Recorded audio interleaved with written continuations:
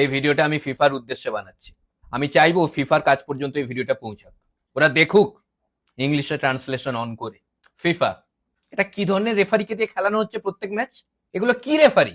কেমন রেফারি এরা যে প্রত্যেক ম্যাচে আমাদের পাড়ার পল্টু আর খুদি ভুল ধরে দিচ্ছে এদের? আপনারা কি ফেসবুকে নজর রাখছেন না?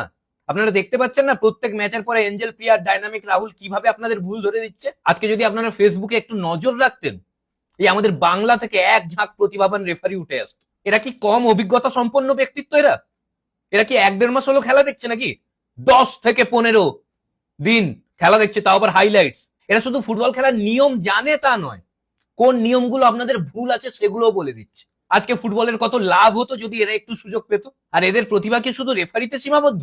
এরা একাধারে রেফারি, একাধারে কোচ, একাধারে প্লেয়ার। কখন কাকে নামানো উচিত, কখন কোচের ভুল হচ্ছে, সব পোস্ট করছে এরা, সব জানে।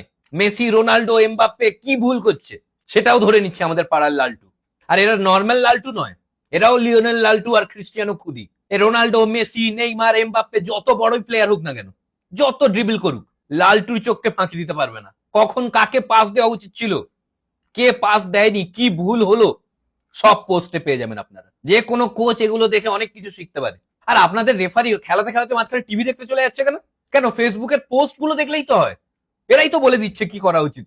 আপনারা এদের একবার সুযোগ তো দিয়ে দেখুন। এরা যাবেও না মাঠে, ফেসবুকে খেলিয়ে দেবে।